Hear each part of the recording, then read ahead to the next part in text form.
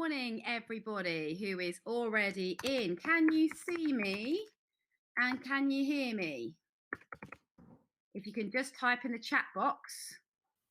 I'm going to be joined, hopefully, if not, I will soldier on by myself, by both Howard Redwood and Karen Brandgrove, who is our Chief Examiner for Diamond.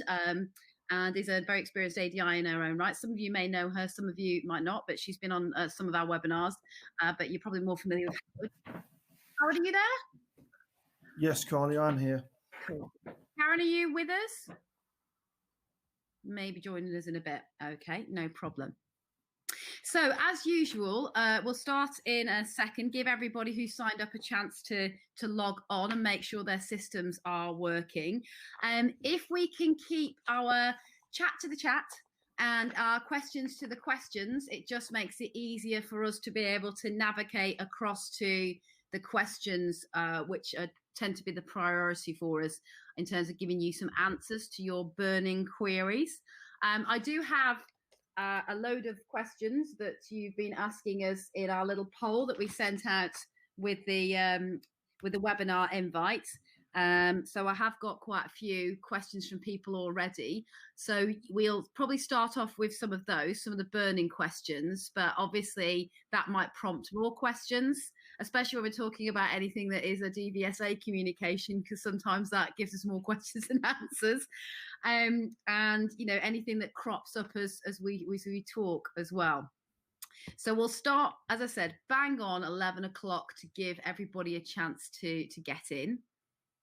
I know this will be quite a popular one when we've got the opportunity to talk about anything and everything, which is why we did it rather than just being so topic led as we have been with our other emails.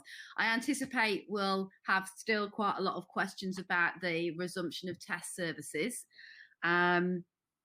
And we'll also look at some other burning questions that have come up this week, things around the size of self-employment income support scheme and some concerns people have there around the fact that it appears that, you know, you have to basically be able to state that your business is still impacted as of the 14th of July by COVID-19 to be able to apply for the August distribution of the grants as well. So I haven't got huge amounts of detail on the size at the moment, but I will look into that and update the newsletter that we send out after this as well. Good morning, everybody across the country. Got a good spread of people from all over the place I can see. Not that you put it in where you are, but I do recognise the name, so I know that you are all over the place. Carly, are you able to hear me? I can hear you, yeah. Oh, good, fine, okay, all right. Can everybody hear Howard? Because we did have some problems last week of Howard cutting out, and he's the real expert on things, so we don't want to lose Howard for you. That was probably Howard, actually. Is Howard losing himself? Yeah, yeah. If people wouldn't mind just, Howard, if you do a bit of chatting, if people wouldn't mind in the chat box telling me that they can hear Howard when he's talking, that'd be great. Well, we're hoping today to cover a lot of questions which Carly mentioned we had sent in advance, but I've also had things that have come through from the help desk, and I've made a few notes of those as well. So that's what we're trying to sort out today for you. Okay, that's good. Howard is loud and clear, everybody. So that's good. Thank you, everybody. I don't want you to just have to listen to me. Okay, so Howard, I'm going to throw it over to you. Do you want to pose the first question that we've been asked by people, and then you can either answer it straight off the bat yourself, or if you think it's one for me, throw one for me. Well, actually, I've got one here, which is to do about the self-employment stuff. So it's one for you. If instructors return to work in early July, would it jeopardize the second self-employment grant through returning to work prior to the 14th of July? Okay, so under the new size rules, the latest version, there is a parameter on that you have to be able to evidence that your business is still being impacted on the 14th of July. I think you will be able to still claim that grant even if you go back to work, because your earnings will be significantly less by that point in July, certainly, than you would normally be earning year to date. So those of you who attended our Back to Business webinar will remember that I said it was very important right now to get your finances in order in a, an intimately knowledgeable way, rather than just knowing that you've got less income this year than last, actually doing that year to date analysis so you know where you are. And if you can do that year to date analysis on your figures as well, you've already got something there that will evidence the fact that you are down on, quite down on income. And I think that, it's not necessarily a bar to you getting that grant that you go back to work before the 14th of July. As I said before, if you are still earning less, which arguably doing less pupils, less time to get up to speed with pupils, then you will be able to demonstrate that your income is significantly less this year because of the COVID-19. Does that make sense, people? It does.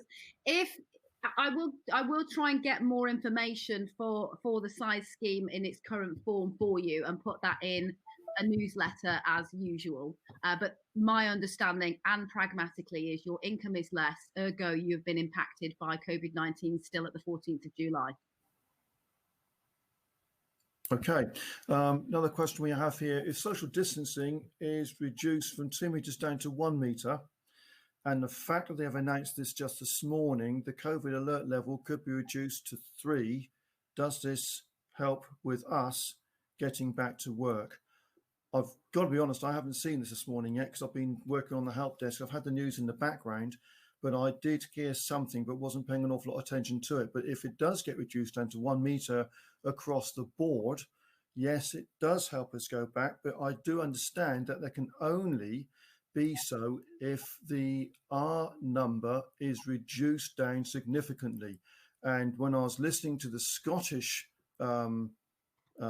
broadcast yesterday, up there, it is bouncing too much between 0.7 and 1.1. And that's too much. So I don't know what it's like in England. So it does depend on the R number, which the government have been looking at quite closely. What hasn't helped is the track and trace app has gone pear-shaped, which also now adds a burden to any infrastructure of belong to any government department, because they all do tri-weekly impact assessments on the infrastructure of that part of government. The DVSA do them every 3 weeks. They did one yesterday. So with the track and trace has now added to the burden. I'm not sure whether we are going to be able to go back on a 1 meter anytime soon. It does bring things closer, though, to be honest with you. But at the moment, we haven't got any definitive answers to that particular question. We'll have to find out for you.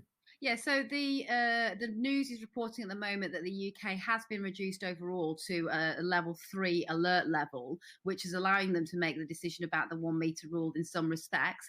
What DVSA will have to do is listen to PHE, Public Health England advice for our sector, and so we will await to see whether there's any update, and I will ask for one from DVSA today, given the news that we're seeing in the wider media today. I have asked as well, with the whole question about return to work, I wrote to Mr. Llewellyn and colleagues yesterday, and I think I will also escalate that letter to Baroness Veer and Grant Shapps today as well, that in the same vein as the de-escalation of lockdown in all other areas of our lives, should the DVSA not consider a de-escalation of their guidance at this point? That is not de-escalating straight off the bat to everybody can go out and do what the hell they want, which would be ideal in some respects for getting people back to work, but not necessarily ideal in terms of risk. But I can't really understand why we can't de-escalate the recommendation now of who we can train. So I think we need, what I said in my email was, could we not consider a phased approach where we de-escalate very shortly, in my opinion, to allowing key worker training without the need for an emergency test being booked? Now, I know there is key worker training going on, and that is tacitly approved by DVSA, if not explicitly, if there is a real need for that person to have essential training to develop their driving and make them a safe occupational driver, but they don't necessarily need an emergency test.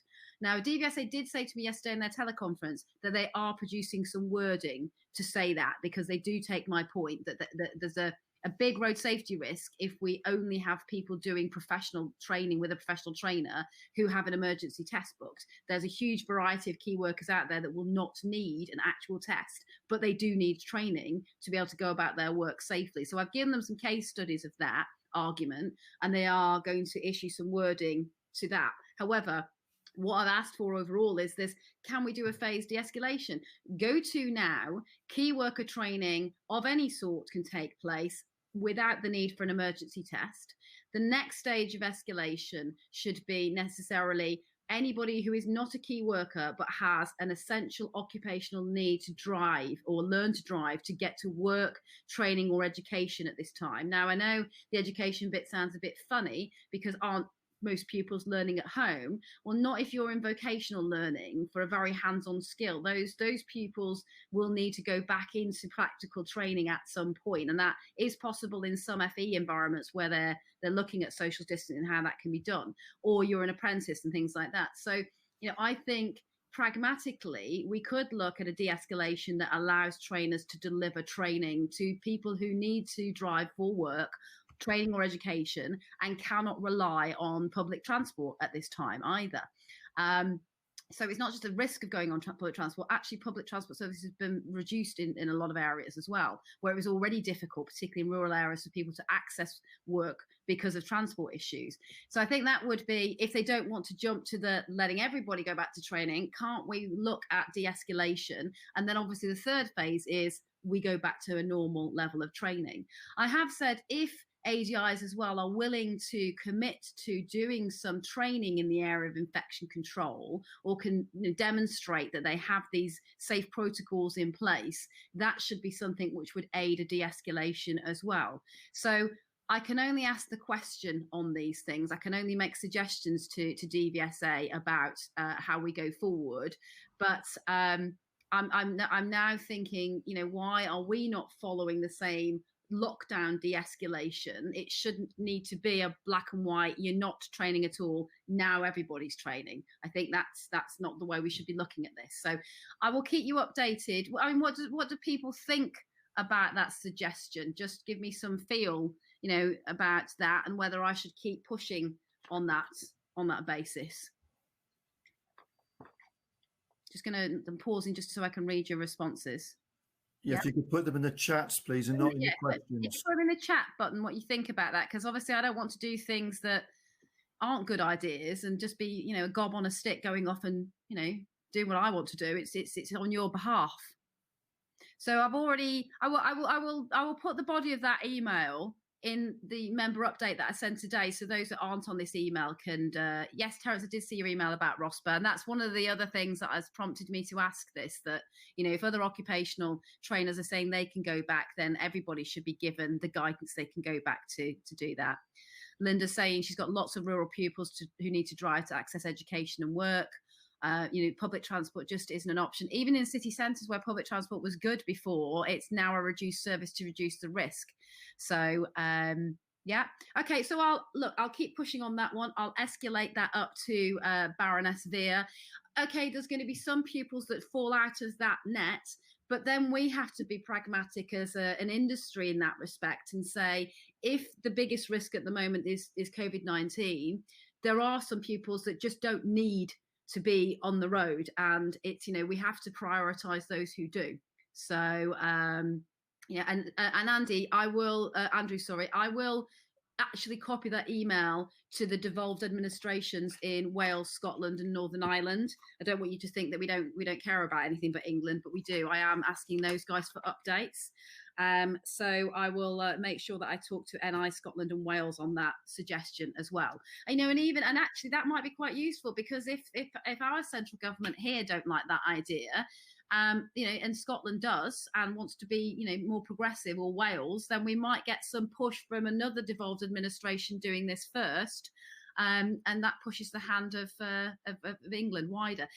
I think it's also, if DVSA are playing the card of being very cautious, and that's why they're not giving the green light to training yet in terms of their guidance, then this is actually a more cautious step than theirs would be, because they would go from no training at all to training, whereas actually the phased approach is being more cautious because it's releasing, waves of trainers and pupils rather than a torrent. Now, by no means, whatever we say there, does that prevent anybody doing what the hell they want. It's guidance, it's not legislation or regulation.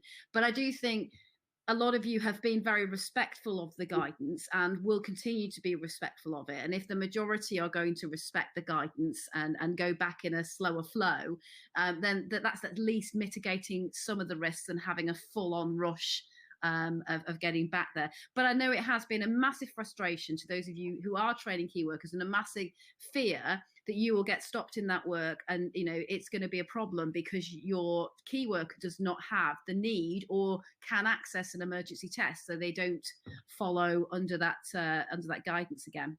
Okay, Howard, do you want to chuck another question out there and either answer it yourself? Karen, can I just check you're on? But can you? Sorry about that. My yes, we internet can went down. hear you. Hello there. Can everybody hear Karen? Hello, everyone. Yeah, I can hear Karen clearly. I can. What, Karen? Not as a third wheel. That sounds like not as praiseworthy. But Karen's on the advanced and fleet side, like Howard, very knowledgeable as well. So we thought well, 3 heads are better than 1 on this. Okay. Okay. The questions I've got here. We've flipped the coin now from students to ADIs. There's a lot of questions we've had recently about the renewal of ADI badges, and I just want to clarify 1 or 2 things. The DVSA, first of all, let's talk about standards check, if I may. Actually, the standards checks are all on hold until further notice, because we've had a lot of questions on that as well. So I thought I'd better mention that while I think of it. So standards checks are all on hold until further notice. And what is happening is the DVSA will tell the industry when they will start resuming, and there will be a bit of a lead time for them. So it's not going to be giving you no time at all, because you have to get pupils organised for them, and they appreciate that. I had that confirmation back this morning. Right, so now let's talk about renewing of ADI badges. The ADI badge renewal situation, we're getting a lot of confusion with instructors about the DBS check and how long it's allowed to last for before renewal. The DBS check mustn't be no more than 6 months old at time of renewal, not at time of badge expiry. So if you are renewing your badge 5 months after you've got your DBS, that's fine. So everything is okay. The DBS will still count towards your renewal process. If your badge is expiring and you have, say it has expired and you didn't receive your new one, there's a little bit of leeway with the post for you to get it. But if your badge hasn't come through sort of in 2 days when it should have done, then you'd have to stop training until it comes through.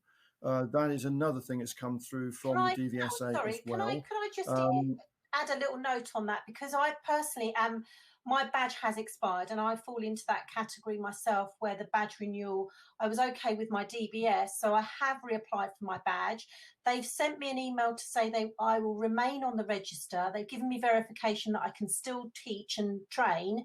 However, there is a delay on the postal system, as you said. They are sending them out. They have sent me another email the other day to say that badges are now going out, but I still remain legally okay to teach and train until such time. So that's clarified. Yeah, when you have that email come through to say that it is okay to continue, that's what I was going to say next, is that the email you get from the DVSA in this COVID situation allows you to continue teaching even if you don't have your badge. If you don't get that email, Howard, I think you might have dropped out for some people. Can people still hear Howard? Because I'm getting messages that you've dropped out. Yeah.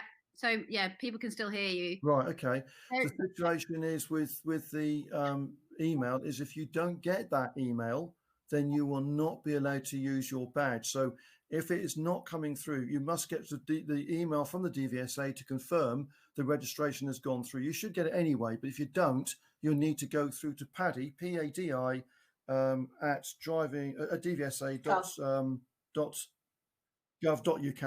and ask them for the confirmation that the renewal has been made for you to continue training until your badge comes through. Now, that's not the normal practice. It's only because of the COVID situation, and that will stop. Now, with the I would say though, if you're thinking of emailing them, just give them a few more days grace if you're waiting for stuff than you would normally, just because of the backlog.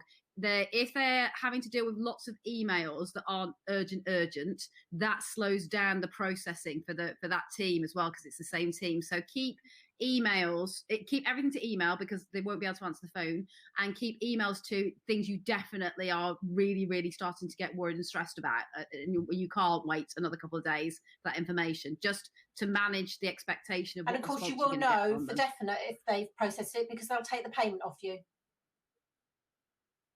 Yeah, indeed. Yeah. The thing is, we're getting questions now about whether the badge can be extended because it hasn't been used. No, it can't. Under the 1988 Road Traffic Act, Section 125, there is no time in Parliament in order to re-debate and get an amendment to the extension to ADI badges, PDI badges, or the theory test certificates. The DVSA have tried to get this through on the coronavirus amendments, but because there's just not enough time for debate in Parliament to get this done, and it's regarded as not a high enough priority at this moment in terms of the coronavirus situation, where other things are taking a great more importance, and so these badges are not being extended at the moment. Doesn't say they won't, but at the moment they're not, and we can't do anything about it. We've tried, and we have had a response back from the DVSA to say that they are still negotiating with the Minister for Transport to try and get extensions, but at this moment in time, they can't. So until they do, they cannot be extended. So that's the answer there. PDI badges, the DVSA are saying that because they cannot be used at the moment, or have not been able to be used, they should be cut up, a photograph taken of the badge being cut up and sent to the DVSA to show the badge cannot be used. And then when they applied for a renewal for the badge, it would be taken into consideration that the badge hasn't been able to be used, and that would help possibly to get a replacement badge on the pink badge. That's what the information is we've been given with those. There has been a separate meeting with a selection of audit trainers that we've attended as well, to talk about what form will standards checks and part 3s and part 2s take in the future. So there are some ideas being discussed with audit trainers around that seem fairly sensible to protect the candidate and the examiners as well. So hopefully we'll be able to talk about those plans in a bit more detail with you soon. When they do go back to starting to deliver the ADI enforcement side of things, the part 3s will be the priority to try and get people through to their final qualification.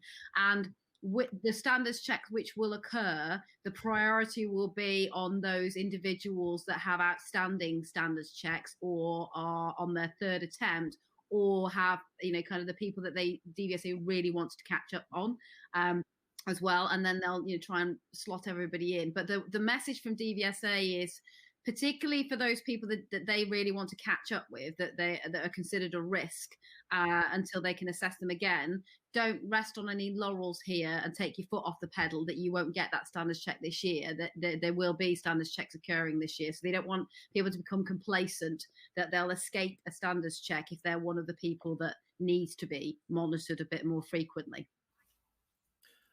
Okay, another big load of questions we're getting on is on the public liability and professional indemnity with the COVID situation, that a lot of ADIs are being asked to go back to do certain things, speed awareness, young driver, and all sorts of things, which could be classroom orientated as well. And the main question we're getting on the help desk is, what is the situation with the PLPI insurances on that area? Well, PLPI is still in existence. It's not been suspended or refused for any reason. It is incredibly hard to get hold of your insurer for anything at the moment to clarify things on. The insurance industry has taken a massive hit themselves with the number of claims and exposures that they have. So getting people to come back to you is more fraught than it normally is. But we've not been advised that there is an impact on either policy. At the moment, it wouldn't cover for things like COVID exposure if a claim was brought on that basis, because of the fact that it's considered to be an illness, a transmitted illness, and that often is excluded in these policies under the exclusions under force majeure and acts of God and pandemic and things like that. But I will get some clarification on that from the insurers. It would also be incredibly hard for a claimant to be able to prove that they had specifically contracted COVID-19 from that until we would have an effective test and trace kind of thing come through. So it's something that I will update guidance on shortly. We have a question here. Can key workers still book driving tests? The answer to that is yes, they can. They have to do it through the gov.uk website, and it's like a going through a process of elimination type thing for them to be able to book driving tests. And there are still 25 emergency theory test centres open as well, so the theory tests can also be booked too. So health and social care are still being roles are still being prioritised through those key worker tests, and they will continue to do the key worker tests as long as they're needed. One of the situations that I kind of think this is exposed is that actually prior to this, other than the frontline services that have delegated examiner authorities like the fire service and the ambulance service, there was no prioritisation for key workers through the test system in normal times. So I did ask DVSA the question yesterday that if individual key workers that have been told they need to be licensed quickly because of a need in their role or their wider occupation, would DVSA allow that fast tracking to occur in the future? Because I think that would be quite a good thing, that individuals who need to be licensed fairly quickly could get that pass through the system so they can do the work that we need them to do on the front line. So that is a consideration they're taking forward as a result of what they've done here. So if you have a key worker, tell them to apply for their emergency test as soon as possible, that they will be able to get one in short order. They're progressing through those tests a lot quicker now than they were before.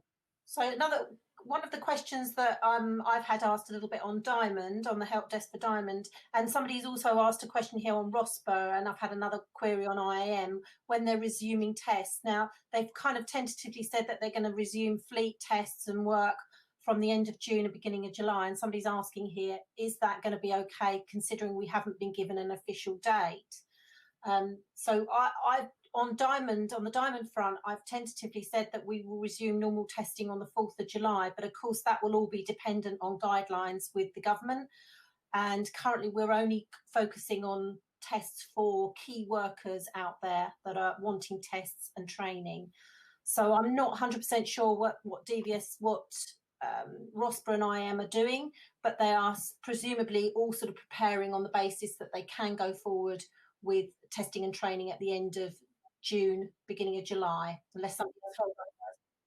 ROSPA have put a press release out to say that they have conducted their own risk assessments, and they're satisfied that under their own risk assessments they can mitigate the risk to a fair degree. I'm just going to combine an answer to that and an answer to something Peter Scott, hello Peter, hope everything's well up in Yorkshire, has just said. Can everybody just confirm you still got sound? We've got one delegate who's saying they've got no sound at the moment, so if you let us know in the chat coming up. So right, sorry about that. I just want to make sure that it's not a wider issue. Peter's asking, what somebody claimed you're negligent in not informing of the risks under the PI policy, because obviously PI is about whether you've given bad advice and the PL is about whether you've been negligent in ensuring the safety in the training environment. Yes, that is a potential claim that somebody could make.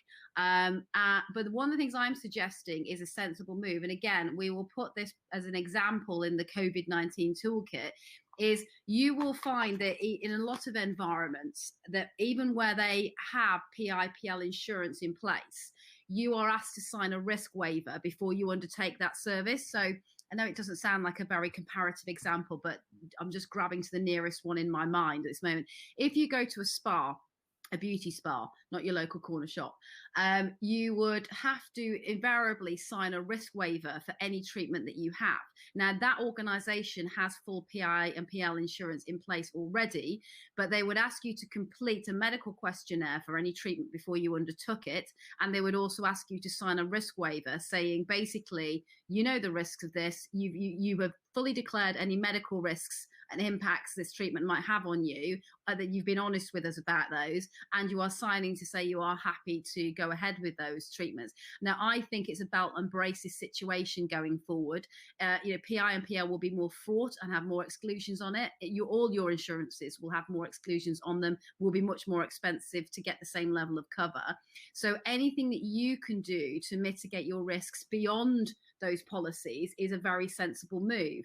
So I will, in the COVID-19 toolkit that we'll be launching shortly for members, add another template in there. Well, actually two. One is a medical questionnaire, and which frankly we should have been doing beforehand. If we're going to let somebody into our vehicle and be responsible for them, I know many of you who do fleet already do this, and some of you who do normal learner training do, but for those of you who aren't, assessing the medical condition of your pupil and asking them to divulge things which might impact their driving is a very sensible move. And I know not necessarily do you know the right questions to ask. In that vein, we can be helpful by providing a template, but certainly it is something that you need to think about before you take somebody out in your car and be responsible for them on the road for the first time. What is it you need to know about that person? And in terms of risk mitigation of exposure to COVID, this shouldn't be conversations that you have in the car. You want to bring down that time face to face with somebody to the pure training, wheels moving activity. You don't want to be spending time in a car in that close environment on paperwork and finding out things, frankly, you could have found out about that person before they got into the car for the first time. So especially new pupil take on, I would be asking these key questions and using these key questionnaires. And certainly going back to your existing pupils, if you don't already hold that information on them about medical conditions or any drugs they're taking that could impact their fitness to drive or could result in a seizure, for example. If you don't know they're epileptic and they don't disclose, which not every pupil necessarily does, or is aware of the impacts on driving, then this is the sobering thing that COVID-19 has made us a lot more risk aware and risk averse. It's the time to start putting in things we probably should have had in before. The risk waiver is a simple piece of paper that you get your pupil to sign saying that they're aware of the risks, that you've been fully briefed on them, and that they're still prepared to go ahead with the lesson. And I think that would be a sensible move for most organisations to have in place. Okay, I'd like to move on to the motorcycles just for a moment, if I may, please. Will motorcyclists still get priority for booking in the new system for those who had tests cancelled in March, the same as the cars will, as this was not mentioned in Gareth Willen's update? And I don't know the answer to that one, to be honest. I was typing, so just run that one past me through again.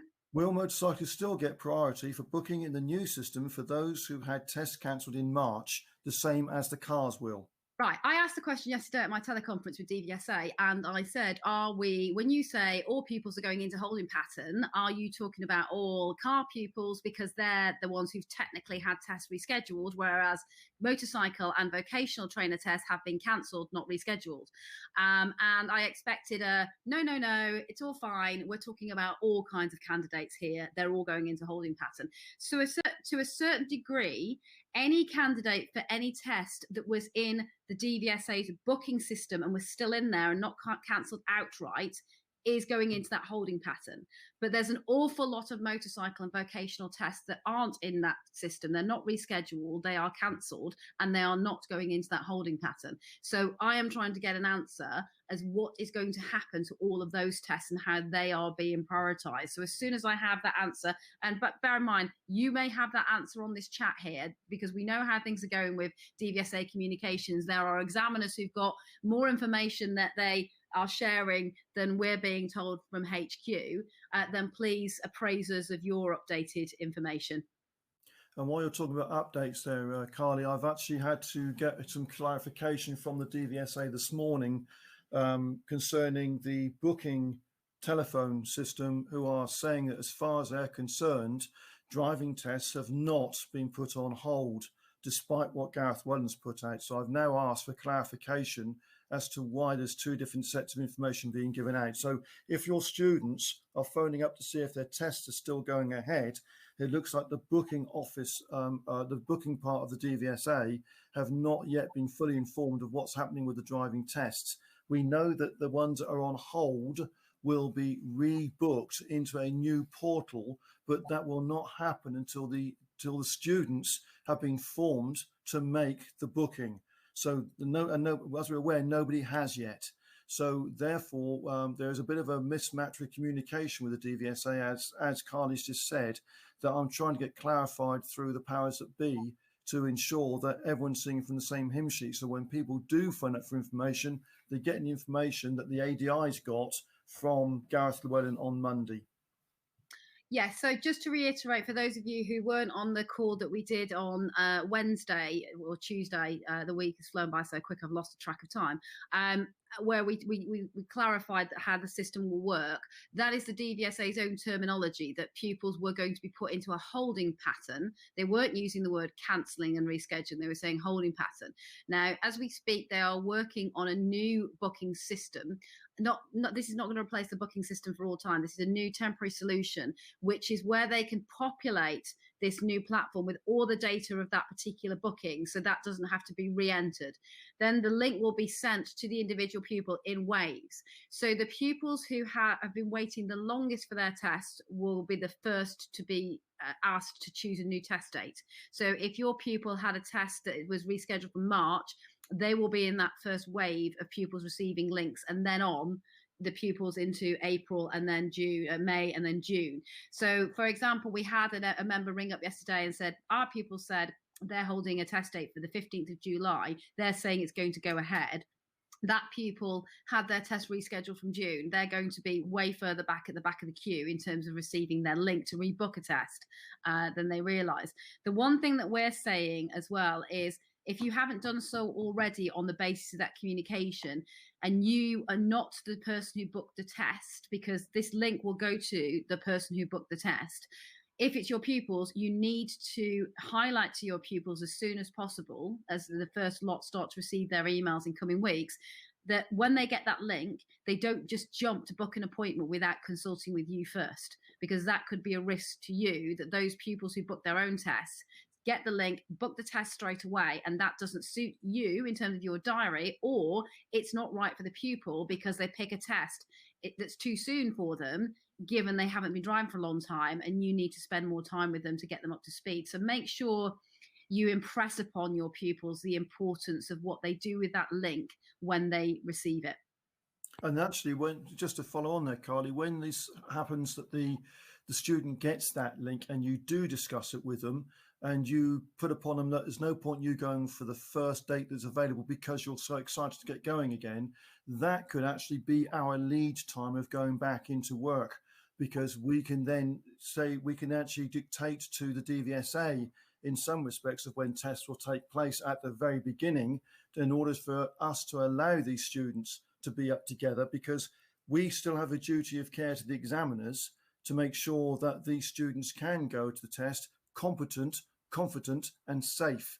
And there's hell to pay if they start going back when they're not ready. So we can help the situation by guiding these students to take a slightly later date than the first week that's available, if you feel they're not ready with their skills, their skill base in being ready for the test.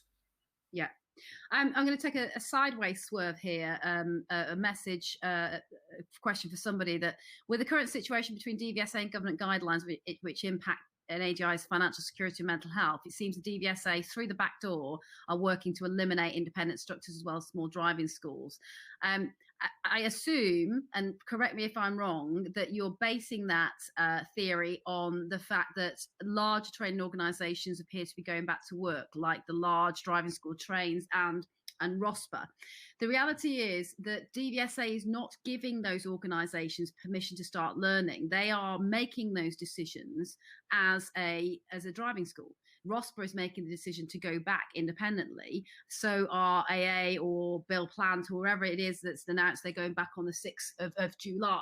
And as no legislation or regulation exists to prevent somebody technically going back to training at this moment in time, I assume that those driving schools have weighed up the risks and have decided to go back to work. But that is not guidance that DVSA has given them, and it's not DVSA tacitly allowing those organisations to go back to work and not allow other driving schools. The power is actually in your hands. If you wanted to go back to work tomorrow, theoretically, you can do that. It is just the risk, obviously, of receiving a fine from your local constabulary under a public order enforcement for breaking the guideline around not having somebody from your own household in the car with you.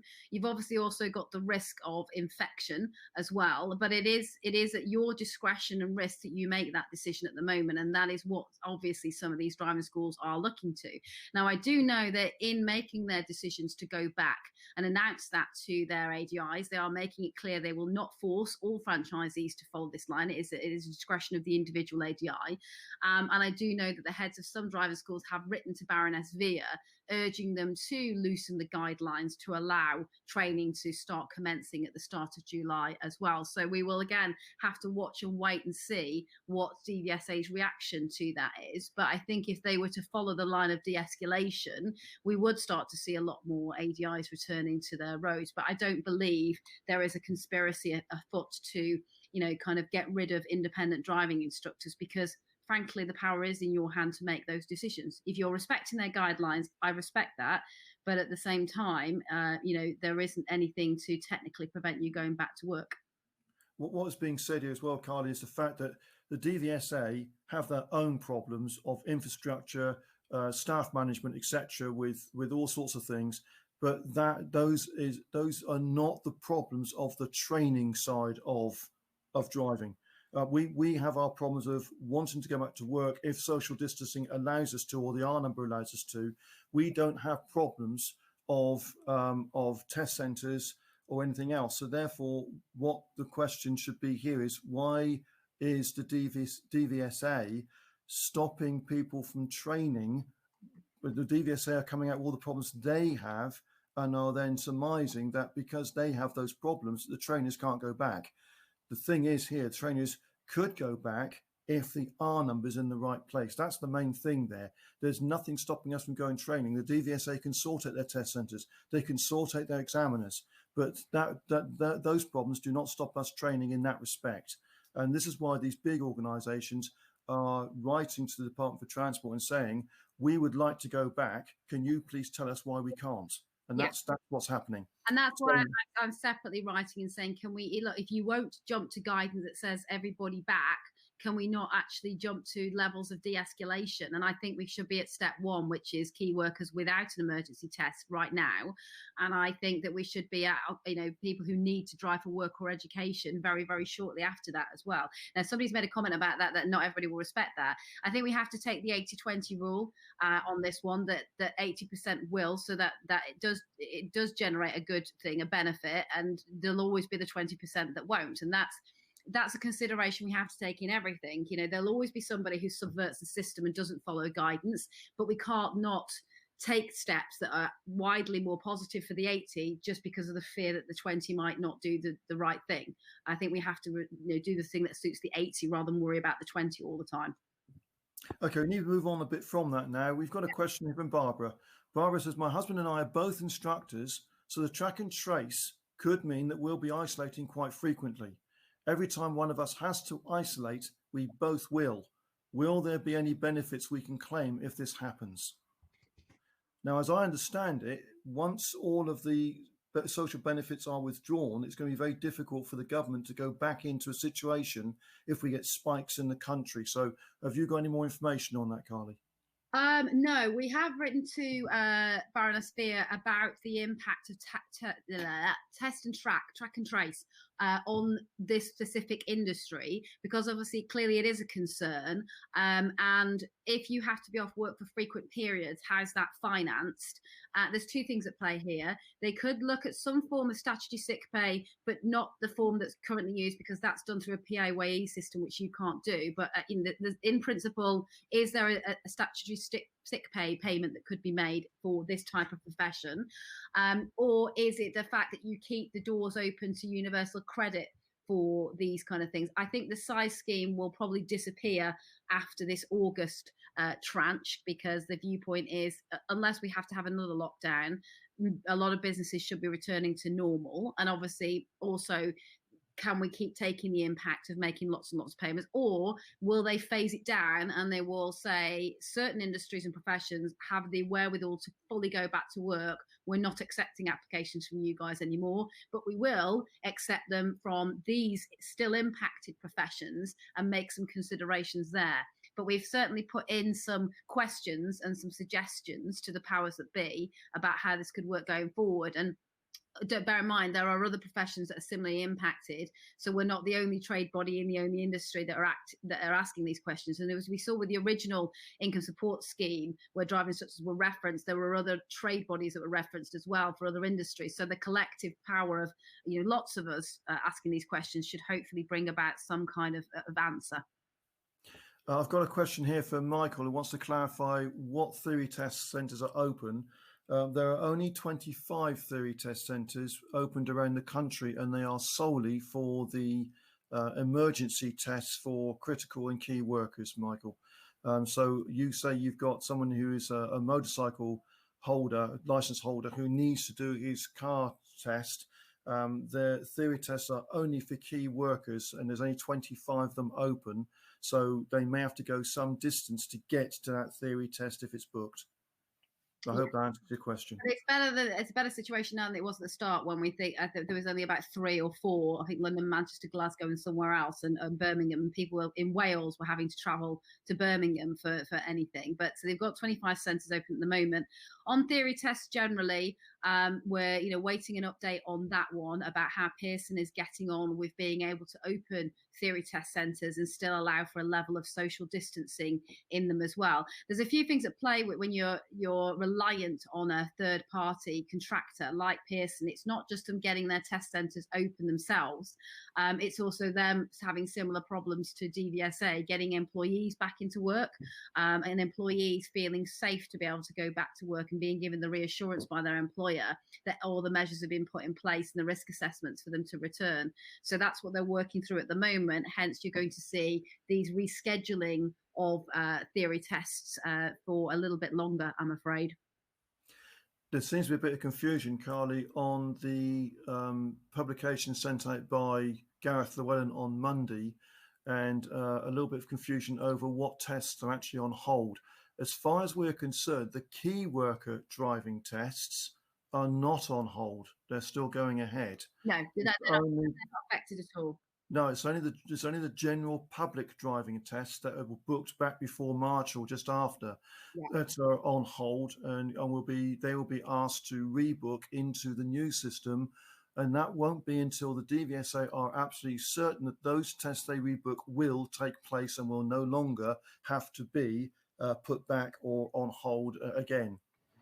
I hope that answers your question. Just to clarify, the old booking system, which will come back into being once normal testing resume, will remain closed. So a few people have said, am I okay to think about starting people from scratch soon? Again, your choice, your risk, your discretion, but you do have to think about what expectation you're putting out there for that pupil in terms of when they will get a test, because it could be quite a long time before we return to being able to book new driving tests. Now, obviously, DVSA will be trying to do everything in its power to both clear the backlog of rescheduled tests, which is over 200,000, tests affected, and then try to get back to being able to book new ones. But if you have somebody now who wants to start, or very shortly in your training cycle when guidance changes to allow you to all go back, you need to manage that expectation, that pupil, that booking a test might not happen very, very quickly for them, and have a training journey mapped out for them that you're both comfortable with in that respect. Okay. Another question now concerning key working. A pupil applied for a key worker driving test but has yet to receive a date. Can we go out and without the confirmation, can we still go out and train them and commence lessons? The answer to this one here is Hannah who sent this one in. The answer to this, Hannah, is on the 16th of June, which was Tuesday just gone, the gov.uk website was updated, and the caveat which said only those who are training for a key worker test should be trained has actually now been removed. So the situation is that where Gareth Llewellyn has said that you should only be training key workers, they no longer have to have a driving test booked to be able to go on the road. So there's no reason why you cannot start training that person now. There has been a slight leeway given to us now in that, judging by we can't find the information that was on the gov.uk website anywhere. It's definitely been removed from where it was to say that a driving test had to be booked before you could take someone on the road. That's definitely been relaxed. It is being. That's my fault in terms of the information being removed. It's because we've successfully lobbied for the fact that it should be changed to key workers in a broader sense, because the case studies we put up were those people who now have to drive for a frontline nursing or doctor's role and are not going to be having an emergency test, but they have not driven for over 10 years. They've been using public transport and they want some driver development for their confidence going back to driving at all, and driving as an occupational driver suddenly, and driving in a highly pressured environment. So DVSA told me yesterday that they are tweaking the wording to allow more of that discretion, and that's what they'll shortly be putting back up on the website. Holly, could I just go back a little bit just on the payment side, on the finances side? A couple of people just asking about the grants, the second tranche of grants that are coming out. People querying whether or not they can work through the next grant, and how they will be eligible for that. I'm going to get some advice on that to put in a member mailing today. It'll work, as I understand it, in the same way in terms of eligibilities. The bit about demonstrating that your business is still impacted on the 14th of July has been raised as a question. And at the top of the webinar, if you missed it, I said it was my view, and it is a viewpoint, and I will confirm whether I find this to be true, that your business will still be affected on the 14th of July, even if you are back at work, because your earnings will be significantly less than you would normally be at year to date. So that's why I've said it's already important for you to do the year to date analysis, comparing your figures year to date last year with your figures year to date this year is important in terms of knowing where you have to get to regulate your earnings, but it also will give you that evidence that your impact, your finances are still being impacted on the 14th of July. I think it'll be the same process. So HMRC have now got a process for this. They have the details of those who are eligible for the grant.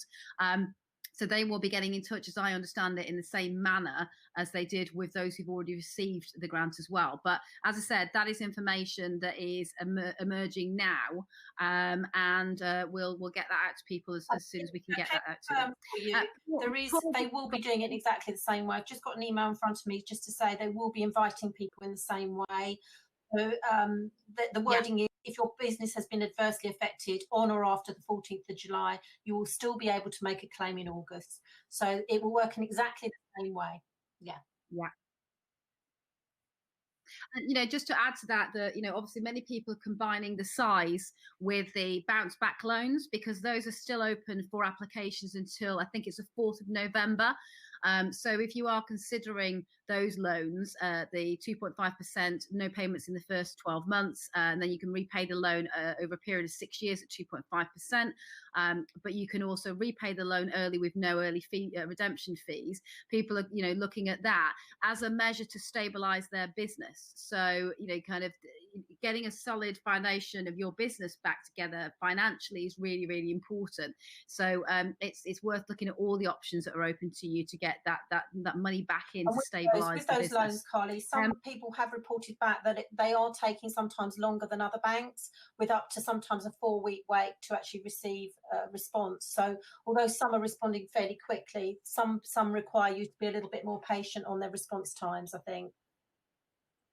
It appears to be the new online banks that come into existence during COVID-19, like Tide and Starling, that are struggling a little bit. They've had some customer service issues with their distribution of them. Obviously, they don't have the infrastructure and the volume of staff that some of the bigger banks like HSBC do. So they've got a luxury problem of lots of demand for their services in this environment because they're fielding these loans, but they also have a problem in that they might not have the resources that others do. But the list of banks that are offering the loans is available on sites like Money Saving Expert and also on British Business Bank, who administer the whole scheme.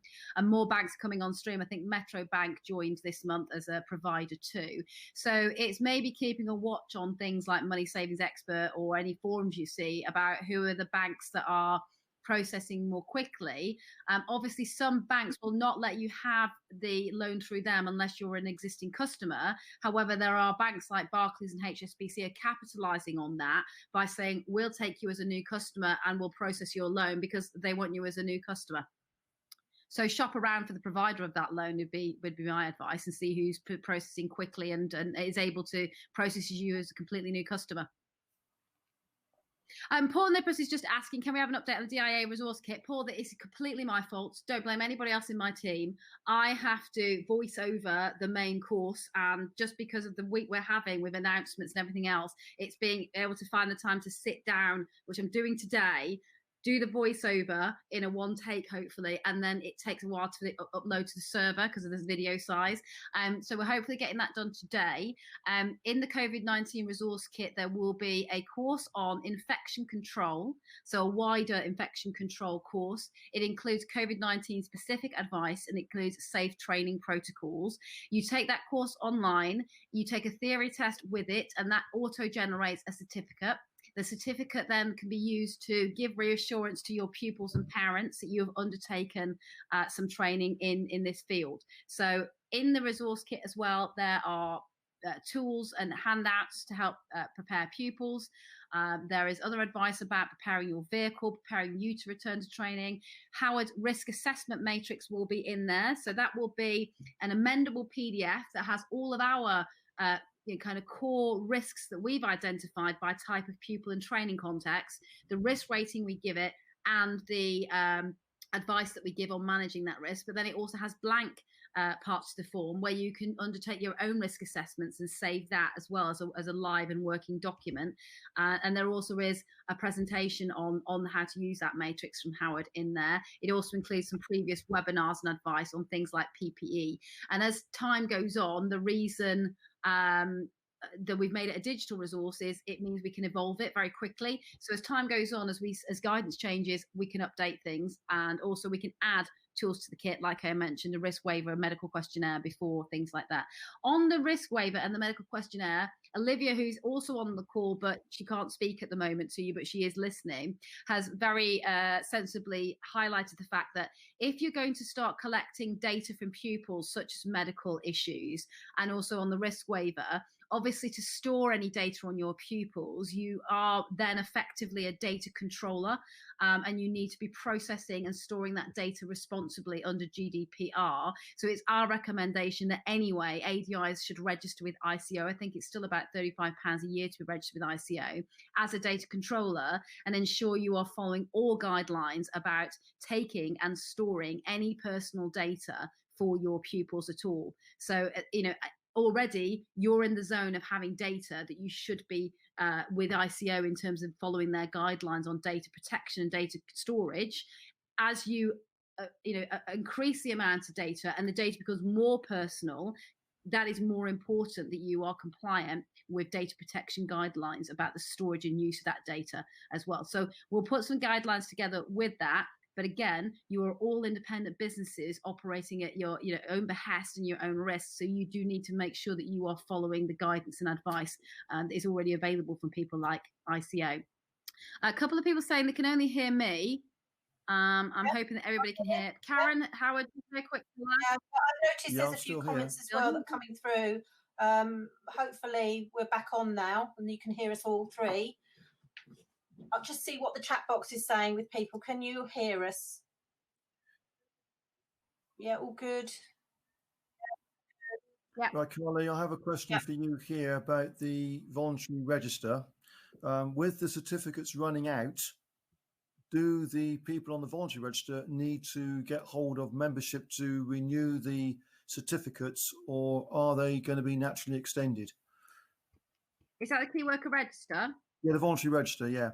Yes, they're automatically extended to the 30th of August. And we're not reissuing the certificate with a new date on it because it's just a process at the moment, just for 1 month. But if anybody checks with the certificate and does, we can confirm that is the case.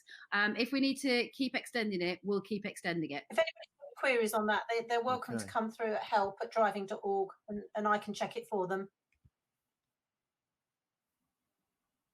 Okay. So any other questions that you guys are picking up, or you've got burning questions? Somebody's just mentioned that Brian, I think it was, that we haven't answered your question that you sent in on Wednesday yet. Sadly, the spreadsheet I have been given of questions, you can't see it, but it's got the questions only, but not the name of the person who asked them. So if we haven't answered your question yet and you did send one in, apologies. I've only got the questions, not the names. So just prompt us, as Brian has done. And I'm just searching through just to see if you responded to my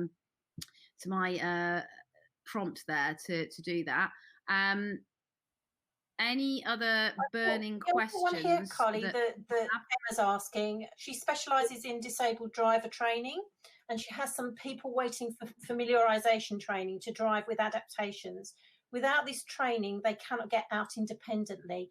Where would this fit into Carly's phased plan? Again, I think that would be the people who need to drive for training, education or work purposes. And I can amend what I say to DVSA when they respond to say, and we also need to make a consideration for people who need to be able to drive for independent living purposes, not necessarily, although some of them will, for an occupational reason, but for independent driving needs and their independence needs. So I'll certainly raise that one as those people need to be considered in that as well, because obviously they need to be able to do their own shopping, their own, getting about in their own way, and they're highly reliant on their cars to actually be able to do that. I've got a question here from Nick saying, could we please just reiterate the situation of people not having to have a key worker test booked in order to go on training? Nick, the reason I've said this is because the gov.uk website, which is the guidance that the government gives to everybody, every member of the public, has been changed and has downgraded the situation of where a test had to be booked before. It now no longer says that. So the information has been withdrawn. And if you weigh that with the letter, with the email that Gareth Llewellyn sent out on Monday, it says only that people should be trained as key workers who are working towards an emergency test. It doesn't say the test's got to be booked anymore. There's no reference to a test having to be booked anymore anywhere. I'm going to take a couple of questions off the spreadsheet here. As an ADI, is it reasonable to ask insurance company for a rebate on insurance policy as my vehicle is technically subject to lower risk when I'm not doing driving lessons? Also, should the DVSA provide a pro rata refund of the £300 fee? On the insurance side of things, just a quick, teaching grandmother to suck eggs here. Have you been in touch during this crisis with your insurer to commute your training car insurance to social and domestic use or laid up insurance only. That is one way to make, albeit a small but a cost saving on your insurance. On the rebate, obviously that is at the discretion of your insurer, and individual insurers will take individual views. It's worth contacting your insurer and asking to retain your business as an individual customer. Are they willing to offer you some form of rebate or discount on your renewals? On the license fee rebate, I've heard nothing to suggest that they will consider a reduction in the license fee, though it's a question that's been frequently asked. Howard, Karen, have you heard anything from DVSA on that one, responding directly? Sorry, just repeat the last bit. Would DVSA consider a rebate on the £300 fee because AGIs have not been able to reap the benefits of the I have asked this AGI question license? several times, and it's always come back that unfortunately, due to legislation, they're not able to give any rebates. What they suggest is that you take the 12 months gap if you need to, if your badge is expired, but there are no rebates. No, currently that's not the case. Right, okay. Hopefully everybody heard Karen, and a couple of you said that she dropped out a moment ago. She was just reiterating the fact that we've asked DVSA the question several times about any kind of reduction or rebate, but DVSA have said that it's not something that they can actually do. They don't have the mechanism to do that, and they also don't have the financial wherewithal to be able to do that either. So, but we can keep raising the question. I'm just going to skip to something on PPE now. There is the PPE webinar in the COVID-19 toolkit that you'll see when it goes live, but it's a webinar we did the other week. I'm going to re-record that shortly as well, just to add some advice on some of the vehicular PPE you could use, like the aircon bombs, the ozone cleaning, all those kind of things as well. So, but bear with us whilst we update that guide, because what we're just doing is talking to manufacturers of these products and trying to get hold of some of this kit, but also to test some of their claims about it as well. Just to be able to give you guidance. We won't be recommending necessarily anything, but be able to present these brands and these things to you so you can consider using them. And the bits of kit I'm talking about are an ozone cleaning kit that goes into the car. The one that we've been looking at is a brand called SuperGuard, which plugs in and cleans the car, the air in the car on a 15-minute cycle. So not necessarily suitable for cleaning in between lessons, but suitable for an end-of-day clean as well. It claims to rid the environment and the air in the vehicle of up to 99% of bacteria and contagious, spores, as it were. So that's maybe worth looking at. It's not particularly expensive, that one as well. However, I've also had ADIs who are looking at a similar thing, which is a Swiss-made product, which seems to be quite expensive, but if it works, then it's the value thing of it. People have talked about fogging machines and whether they're any use. Howard, you've got some views on some of this kind of cleaning kit for cars. Do you want to give people your viewpoints on whether it's worth the investment or not?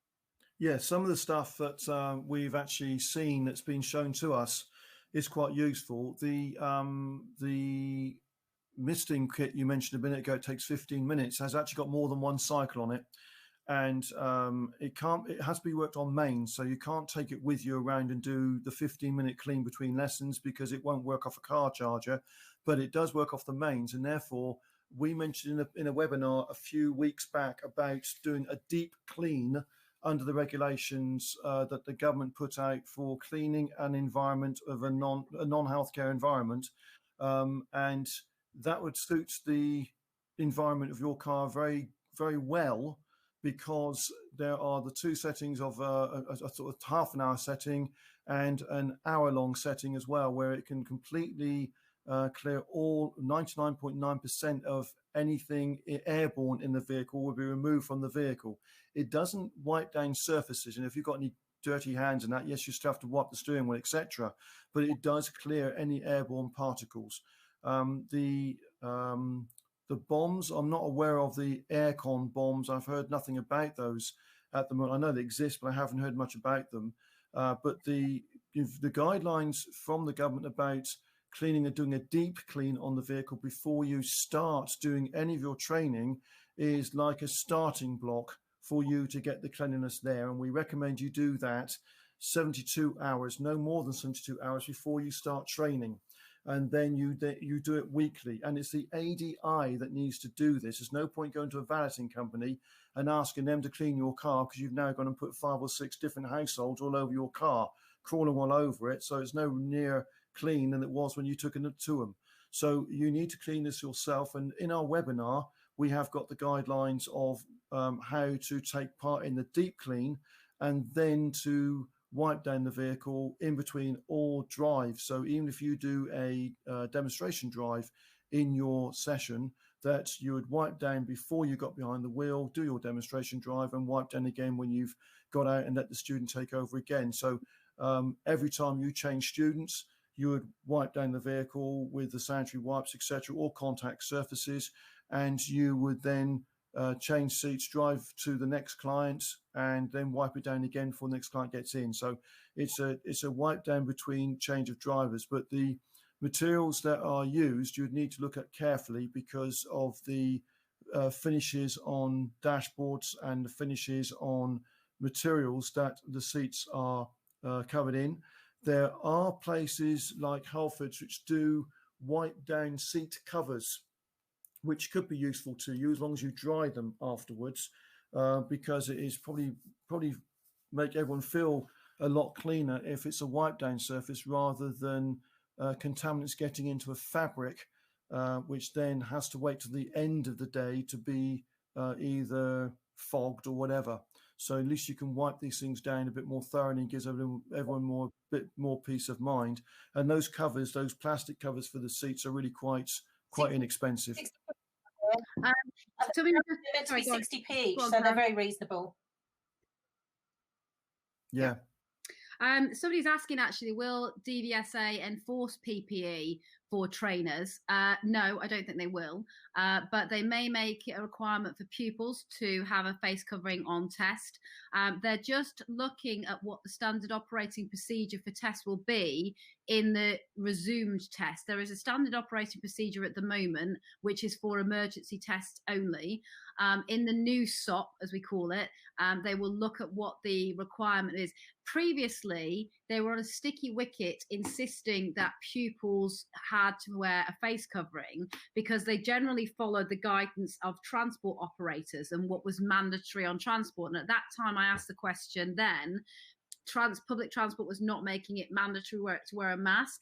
Now, with public transport making it mandatory to wear a mask, DVSA are obviously considering whether they can make it mandatory to wear a mask on test as well. But in terms of issuing a directive or a code of conduct or practice for ADIs, I think they will be giving guidance, but not mandating what takes place, because they obviously are fearful of imposing regulation or restrictions on independent businesses. So I think it will be guidelines, not mandates as well. People have frequently asked us about supply of PPE. There's a lot out there. You can access it yourselves via things like Amazon.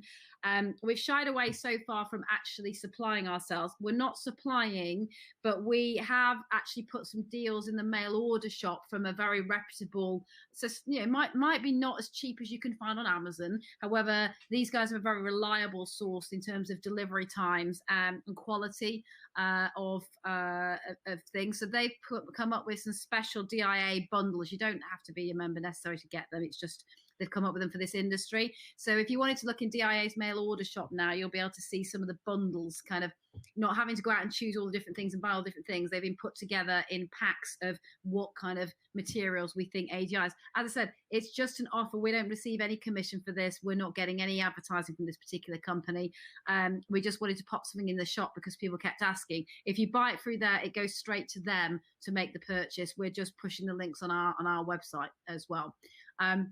So PPE guidance is going to emerge, but don't expect it to be a diktat. You are your own independent decision-making businesses, and so therefore you need to assess the risk to you and make your own decisions about what is your company policy around the wearing of PPE in your trainers and franchisees, as well as for your pupils as well. Is there any more burning questions? I'm just conscious people have been on here for an hour now, and it's lunchtime nearly. We're happy to stay on, but I don't want people to feel it's enforced that you stay on. We can go for another 15, 20 minutes. So let's try and cover off some of the questions that either we haven't answered to your satisfaction yet, or you're still I'm just answering unanswered. some questions that are coming up in the question box direct, on just typing some answers back to people so they've got some answers there. One question that I spotted is, will the DVSA refund on tests if they're cancelled at very short notice? How's that going to work? The current thing on that is right from the word go. If it's a COVID-related cancellation, then the test fee is not waived, and it would be held and a rebook can take place. That's temporary until the DVSA say it doesn't happen anymore. The other question we had, though, which follows on from that, which is in the is in the question box as well, is what happens if the ADI gets caught on the track and trace and he has to stop training, and therefore the car's not available for other tests that are available. Will the DVSA still take that in consideration? And at the moment, I don't think I've got an answer for that. We'll have to come back to you on that. No, I haven't either on that. I saw that question as well, Howard, and I don't know that either. So it's something to have a look into, I think. Yeah, we'll have to ask for you on your behalf and perhaps put that out somewhere, because it is. I don't think there's a name to that. We'll never put that up. I'm not sure if that's on the spreadsheet we got. We'll have a look. Any more burning questions, folks, that you think we should be answering or seeking answers to if we don't have the answers ourselves quite yet? Can I just say something, Carl, if I may? I'm on the help desk. I'm receiving phone calls from people who say they're not receiving, and they're members of ours, who are not receiving the updates. Could I please remind you that for you to get these updates, we have to have your correct email address. So again, I would ask that if you're not sure whether we have got that email address, that you could put that through to help@driving.org. Let them know what the correct email address is that you want us to contact you on, and then we can update your records. If you can give us your membership number as well, please. Yeah, and make sure, check the spam, because that causes a lot of problems. We've had members ringing us very, very irate, and as we've talked them through in a very nice way, to say we're being shouted at sometimes, that the fact that they haven't received anything at all from us, we've noticed a sudden change in the tone of their voice as they clearly find everything in the spam filter and don't necessarily admit to the fact they've just found it all in the spam. But it's the two factors of check your spam, check we've got a current email address. Can I just add to that as well, for membership, on the membership side, your login details that you have on membership may not be the same as your current email address. So you may have registered with us with one email, however, your current email needs to be changed on your membership when you log in. So they are two different things. I'm just going to skip back to PPE 1 second, because I think this is an important clarification for people. On the use of face shields, and also this applies to the partitions that some people may have looked at in the cars. And one point on that, we ran a piece on a company that manufactures these partitions the other week in the magazine, and we've had some complaints about that. It was an advertorial, it was an advert. We didn't write the police piece, it wasn't our recommendation, and so we are clear on the fact that that is not our recommendation to use that company nor that product. However, we will always take feedback on whether we should be running the advertising at all. On the use of face shields and partitions, face shields specifically, I spoke to the DVSA yesterday and asked them about the use of face shield. They have a concern about face shield if the airbag deploys, and they would prefer them not to be used by examiners and on test with candidates as well. And they possibly will. I think there is guidance floating around already on in the vehicle what should be used. So there isn't really a feeling that face shields are that great in terms of the airbag deployment. The same comes, there is a fear and concern around the effectiveness of the partitions that some companies are starting to produce for this sector and target this sector with. Some do appear to work from an evasive control point of view, in that they only come down to about here. I'm talking about the pieces of plastic between you and the pupil. Some are prototypes are looking like they come to here, like on the planes that you see are being suggested. Some people have already got working product out there that only comes to here. Obviously, that's not as much of an issue in terms of evasive control because you'll be able to get your hand through. However, it is a concern, again, with airbag deployment, that also could cause a problem. Obviously, the fuller screens that have an aperture cut inside them are a concern, even if that aperture, that hole has been cut for evasive action to be taken. It's still not necessarily big enough for you to have a range of movement very, very quickly to seize control of everything you need to. Plus, there is an argument that if you make a hole so big in a shield, it's not a shield anymore. It is, it's an open hole and something that's supposed to be a barrier. It's either another surface to clean in your car, remember to clean, and it's another surface the virus could adhere to for up to 72 hours. So I think you have to make a very careful consideration on balance of some of the PPE you might use. It cannot impose any, risk to the training process, you or your pupils. You must check with your individual insurer whether fitting anything to the car invalidates your insurance or your own person in terms of PPE, and just consider whether it actually might do more harm than good in some circumstances as well. So, it's why we're loath to make recommendations. We can only talk about product and what it can do if people ask us questions, but it's hard to make any solid and concrete recommendations at this time, particularly as DVSA themselves have some concerns about some of that. I can add two more things here, please, Carly, if I may. Yeah, go ahead. The situation with those screens, they are not on the MTV regulations, which is the minimum test vehicle regulations with the DVSA, so they'd have to be removed for tests, which takes time. Secondly, we've had a bit more of a serious situation that's come up with them as well, to be considered on your risk assessment. And bearing in mind at the moment we're in the summer, that when at certain types of light or certain angles of the sun, that reflections of the sun comes through the driver's window and reflects back from the screen when looking left.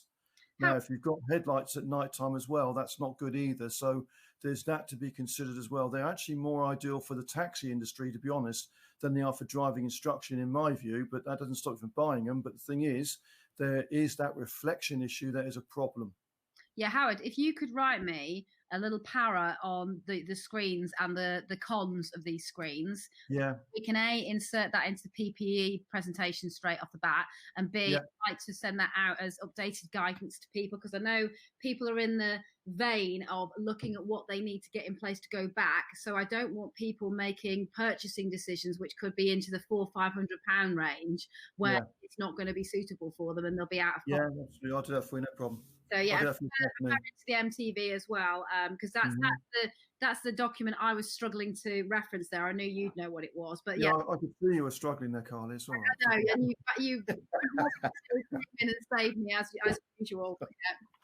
Okay, I think I'm starting to see a lot of people are having to go now because you're all still busy people, so you're focusing on getting back to work, and you've got your home life as well. So thank you very much for spending this time with us today. Your questions are really crucial to us. Sorry we haven't answered all of them, but we will take the ones from the webinar now on board and what you sent in advance, because it helps us to ask the right questions of DVSA and other stakeholders that we need to as well. I will take forward, given now I've been able to do a straw poll today about pushing forward on the de-escalation approach that I've recommended. Chris, just quickly, risk assessment template. Yes, it's going in the COVID-19 resource kit, and it's all my fault it's not up there yet, so I'm going to get on with that after this. And keep sending those questions in to us, and we'll hopefully be able to come back to you soon with some better news. Even if it's only on that de-escalation point alone, at least some movement makes us feel a little bit better that we're moving forward. All that remains to say from me is thank you, and stay safe and stay well as usual. Howard and Karen, anything you want to add? Yeah, very, very quickly, housekeeping thing, if we could, please, could we just ask the people who are listening that when they want the ADIs to email support@driving.org, and if they want membership to email help driving.org, please, just to separate them, because we're finding we're getting the questions going to the wrong place and they're not being answered as quickly as they could Yeah, be. if they do go to help, Karen?